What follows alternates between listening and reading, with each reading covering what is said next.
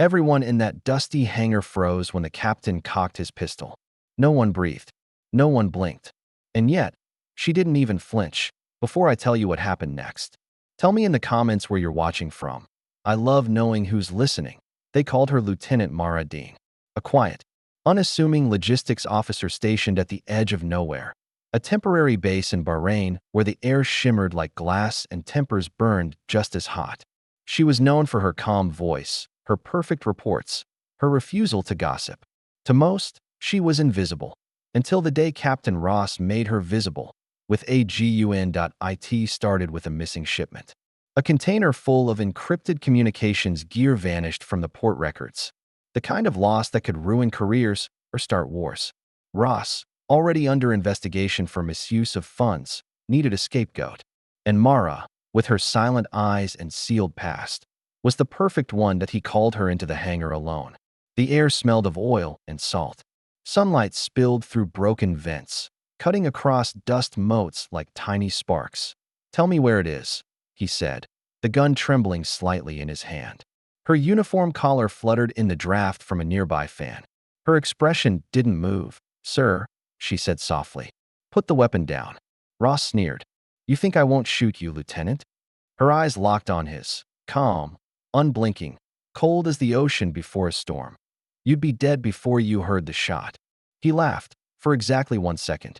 Then he noticed her stance, the way her weight shifted to her back heel, the faint scar tracing down her wrist, a mark every SEAL recognized. Outside the hangar, 2 mechanics stopped mid-conversation, hearing the muffled echo of raised voices.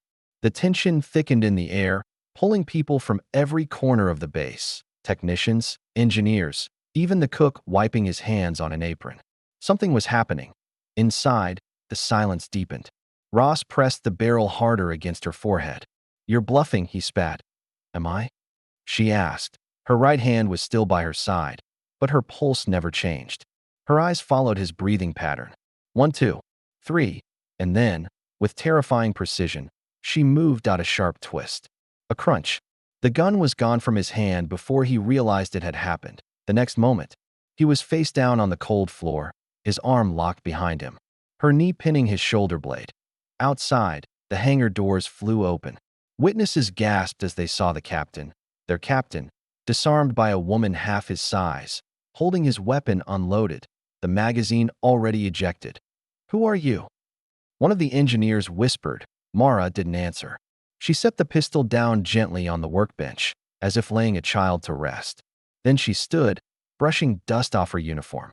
Her voice was steady, controlled, almost too calm. "Call military police," she said. "Tell them Captain Ross just attempted an armed assault." Ross groaned on the ground, clutching his shoulder, rage and humiliation twisting his features. "You're finished, Dean," he hissed. "You think they'll believe you?" Mara looked down at him. "I don't need them to believe me," she said. "The truth has a way of surfacing. Always." The investigation that followed shook the base to its core. It turned out, the missing equipment wasn't missing at all. It had been redirected under Ross's name, part of a covert deal he'd been running off the books. But the real shock came from what investigators found in Mara's sealed personnel file. She wasn't just logistics. She was a decorated Navy SEAL, temporarily reassigned after a classified mission left most of her unit dead. The kind of mission that never made it into official briefings. Those who'd seen the photos said her face was streaked with sand and blood, her teammates' names carved quietly into her weapon's grip. She hadn't just served, she'd survived. And now, she had chosen silence. Until someone pointed a gun at her head, word spread fast. Within a day, the entire base knew. Men who had barely noticed her before now stood when she entered the mess hall. Mechanics who once called her paper pusher now nodded with quiet respect. Even the cook left extra rations at her table without saying a word, but Mara didn't smile. She didn't bask in it. She kept to herself, filing reports, training at dawn when no one else was awake. Because the truth is, heroes rarely see themselves as heroes. Weeks later, she was summoned by the base commander, Admiral Keyes himself. That he stood by the window, hands clasped behind his back, watching the horizon burn orange in the sunset. "You didn't file a countercharge for attempted murder," he said. "No, sir." "Why?" She hesitated. Her reflection in the window looked older than she remembered, lines of loss carved deep, eyes shadowed by memory. Because, she said softly, he's already lost more than I could take from him. The Admiral turned. His expression softened. You know, Dean, most people would have ended him right there. She met his gaze. That's the thing about power, sir. You don't prove you have it by using it.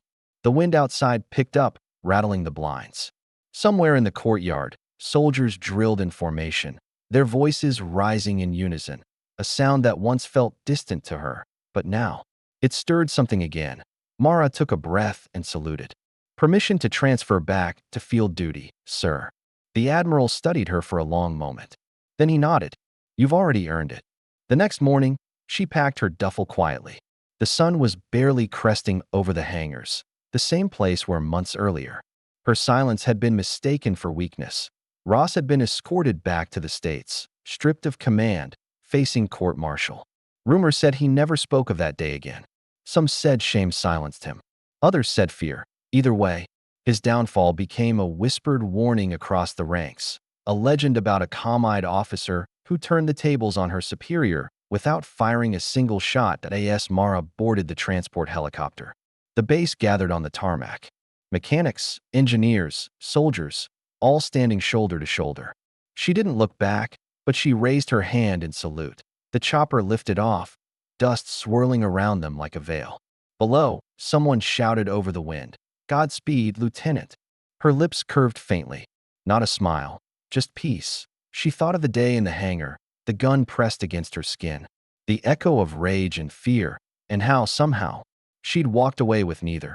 Because sometimes strength isn't about fighting back.